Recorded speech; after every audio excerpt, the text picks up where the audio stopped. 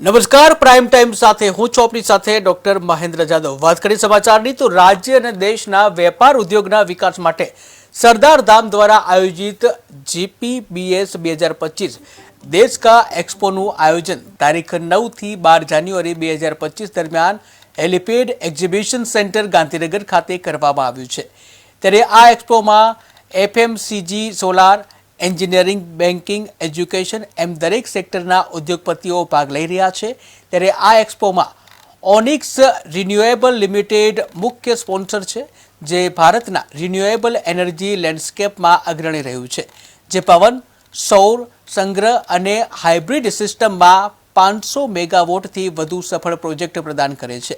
100 મેગાવોટની વર્તમાન solar PV module ક્ષમતા અને 2024 સુધીમાં 1200 મેગાવોટ સુધી વિસ્તરણ કરવાની યોજના સાથે આગળ વધી રહ્યા છે।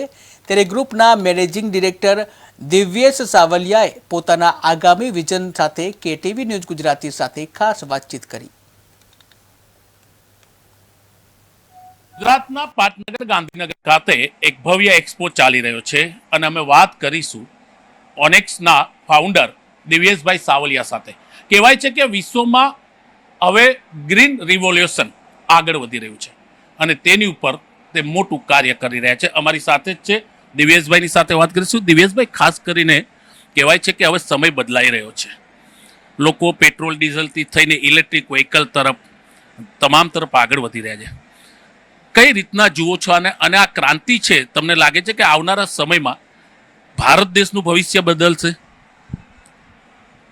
અત્યારે ઓનિક્સ રિન્યુએબલ લિમિટેડ અત્યારે એક કાર્બન ફૂટપ્રિન્ટ ઘટાડવાનું અને ગ્રીન ફ્યુલ સપ્લાય કરવાનું કામ કરી રહ્યા છે થ્રુ ગ્રીન પાવર સપ્લાય કરીને। એમાં solar, wind, battery energy storage, electrical vehicle, green hydrogen, green ammonia, methanol, એ બધી પ્રોડક્ટ સાથે લઈને અત્યારે અમે વિઝન આગળ વધારી અને ઇન્ડિયામાં કેમ કાર્બન રિડ્યુસ થાય એ બાબતનું અમે વર્ક કરી રહ્યા છીએ અને આવનારા અમારા 2030 સુધીના વિઝનમાં અમે 10 ગીગાવોટનો સોલાર વિન્ડનો પોર્ટફોલિયો અને 1 લાખ મેટ્રિક ટન અમે હાઇડ્રોજન એમોનિયાનો પ્લાન કરી રહ્યા છીએ, જેથી કાર્બન ફૂટપ્રિન્ટ ઘટે। આજ તમે જુઓ, દિલ્હીમાં જાઓ, મુંબઈમાં જાઓ તો એટલો ધુમાડો નાતે હોય છે, તો એ ઇલેક્ટ્રિકલમાં વ્હીકલ કન્વર્ટ થાય, ગ્રીન ફ્યુલમાં વ્હીકલ કન્વર્ટ થાય તો ઓટોમેટિકલી આપણે પેટ્રોલ ડીઝલની આયાત પણ ઘટશે અને ઇન્ડિયાનો GDP વધશે। એટલે ઇન્ડિયા જે સુપર પાવર થવાનું છે એનો એક આ મોટો પાર્ટ છે।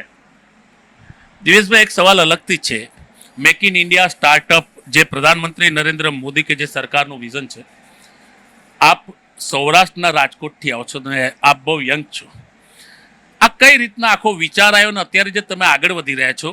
કહેવાય છે કે આવનારા સમય, આવનારા જનરેશન માટે પણ એક પ્રેરણારૂપ છે। સ્વાભાવિક છે, દરેક પરિવાર એવું ઈચ્છે છે કે હવે આપણે ઇલેક્ટ્રિક વ્હીકલ લઈએ, આપણે ડીઝલ પેટ્રોલ ઓછું કરીએ, પણ તમે કઈ રીતના આ વિચાર આવ્યો અને કહેવાય છે કે તમે એક મોટો ગ્રીન ફ્યુઅલનો એક પ્લાન્ટ બી અમલમાં મૂકી રહ્યા છો, તે વિશે વાત કરીશ। અમે અત્યાર સુધી છેલ્લા 7 વર્ષથી અમે EPC ટંકી પ્રોજેક્ટ્સનું કામ કરતા અને લાસ્ટ 2 to 3 યર પહેલાંથી જ અમે વિઝન આખું અપગ્રેડ કર્યું છે અમારું, અને એમાં જેમ જેમ ફ્યુચરમાં વર્લ્ડમાં ટેકનોલોજી બદલાતી રહી છે એમ અમે તેને ઝડપી કેચઅપ કરી લઈએ છીએ। એટલે જેથી કરીને હવે ખ્યાલ જ છે કે ભાઈ આજે અમે ચાઇના જાય, બધા યુરોપમાં જાઉં છું તો ત્યાં ઇલેક્ટ્રિકલ વ્હીકલો અત્યારે 70% રન થવા માંડ્યા, એનું આસમાન એકદમ સાફ દેખાય છે। આપણે ઇન્ડિયામાં અત્યારે પ્રોબ્લેમ છે, એટલે ફ્યુચરમાં લગભગ બધાને અપનાવવું જોઈએ, આપણા સ્વાસ્થ્ય માટે અપનાવવું જોશે। એટલે પ્રોડક્ટ અમે એવી કરીએ છીએ કે જે આપણું સ્વાસ્થ્ય સારું રહે, બધાને ઉપયોગી રહે, સમાજમાં ગ્રીનરી છવાઈ રહે અને એક ભવિષ્ય સારું આવનારી પેઢી માટે મળી રહે, એ હેતુથી અમે સોલાર વિન્ડના પાવર અને એનું ફોરવર્ડ ઇન્ટિગ્રેશન કરીને ગ્રીન ફ્યુલ બનાવવાનું સપનું સાકાર કરીએ છીએ। એક છેલ્લો સવાલ લઈશ, આપનો સમય કિંમતી છે, બહુ બિઝી શેડ્યુલ હોય છે, આપે જે વાત કરી તેની ઉપરથી લાગી રહ્યું છે કે પર્યાવરણને સાફ રાખવાનો એક સંદેશો છે, નેટ એન્ડ ક્લીન રહે, લોકોની સ્વાસ્થ્ય સારું રહે, પણ તેની સાથે મને એવું લાગે છે કે જે ઓનિક્સ છે તે જે રીતના આગળ વધી રહી છે, આવનારા સમયમાં દેશ અને ગુજરાતના ખાસ કરીને યુવાઓને મોટા પ્રમાણમાં રોજગારી પણ પૂરી પાડશે। હા, જરૂર। આટલો અમે મોટો પ્રોજેક્ટ લાવીએ છીએ। અત્યારે અમે 68,000 કરોડનું ગુજરાત સરકાર પાસે ગ્રીન હાઇડ્રોજન, ગ્રીન એમોનિયાનું અમે MOU કર્યું છે અને 100% એ એવડો 10,000 કરોડ પ્લસનો પ્લાન છે.